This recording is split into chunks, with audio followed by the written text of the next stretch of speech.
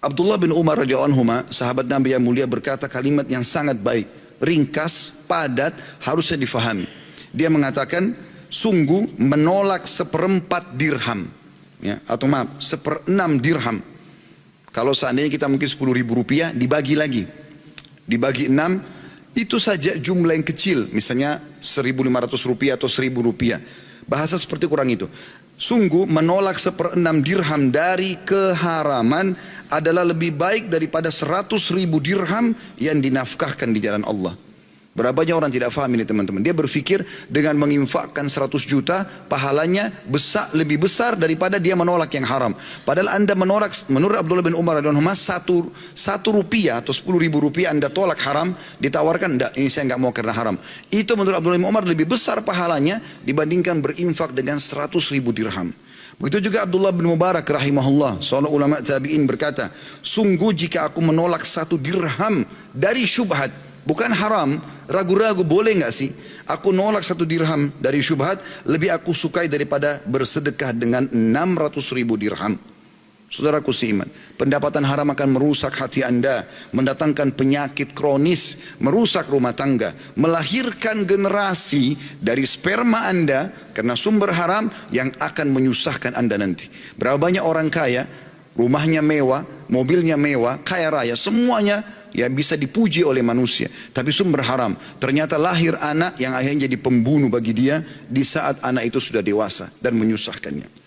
Juga teman-teman akan menyusahkan hati, menyusahkan hidup.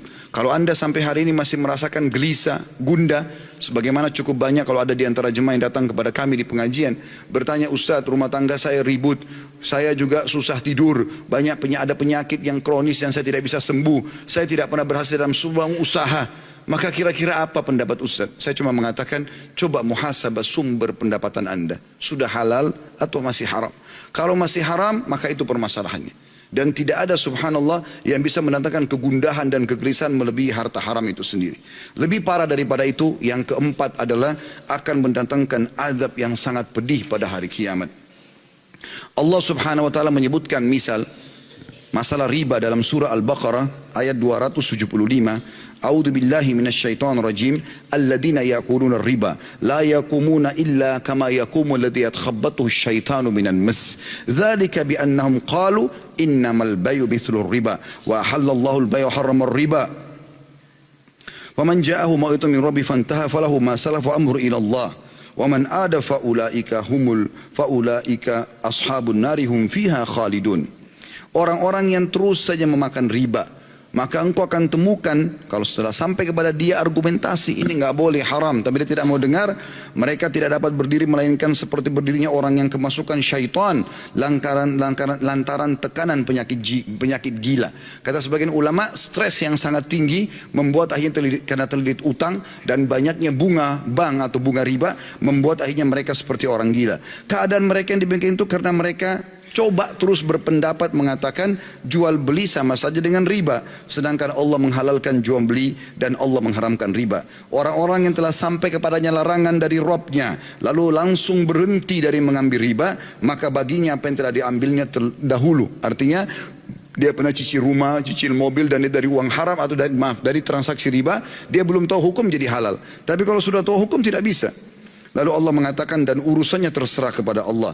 Orang yang mengulangi mengambil riba setelah jelas padanya argumentasi, maka Allah mengatakan mereka adalah penghuni neraka dan mereka akan kekal di dalamnya. Di dalam sebuah hadis riwayat Tabarani, kata Nabi SAW, ayyuma lahmin nabata min suhtin fannaru awla bih. Sesungguhnya daging yang tumbuh dari pendapatan yang haram, maka neraka lebih pantas baginya.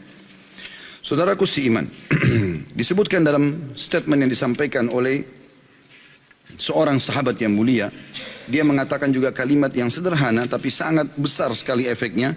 Sa'ad bin Abi Waqqas radhiyallahu anhu, beliau berkata, tidaklah aku mengangkat satu suap ke mulutku melainkan aku dalam keadaan mengetahui pasti dari manakah datangnya dan dari mana keluarnya. Kalau saya pun yang beli, sumber saya dari mana? Kalau saya dikasih sama orang lain, saya tahu dari mana sumbernya orang itu. Wahab bin Munabbi juga berkata, barang siapa yang ingin doanya dikabulkan Allah Ta'ala, maka hendaklah ia memperbaiki makanannya.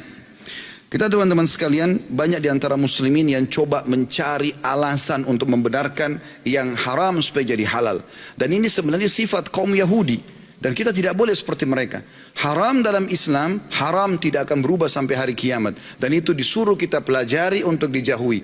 Halal dalam Islam, kita disuruh pelajari dan nikmati. Nabi SAW mengatakan dalam hadis tentang sifat orang Yahudi dalam hadis Bukhari, qatalallahu al-yahud lamma harramallahu alaihim syuhumaha jamaluhu thumma ba'uhu fa'aqaluha. Semoga Allah membinasakan kaum Yahudi ketika Allah mengharamkan kepada mereka lemak bangkai. Bangkai haram, lemaknya pun ikut haram, tidak boleh karena dia sama bagian daripada daging itu.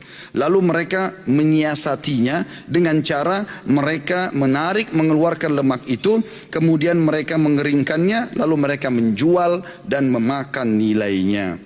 Saudaraku seiman, perbuatan-perbuatan seperti ini karena mereka lupa kalau Allah Subhanahu wa taala Maha mengetahui, Allah Maha melihat, dan Allah itu teman-teman selain daripada Dia adalah Ghafurur Rahim, Maha Pengampun dan Maha Penyayang, jangan cuma berpegang pada satu ayat itu, tapi Allah juga Syadidul Iqab, amat berat siksaannya.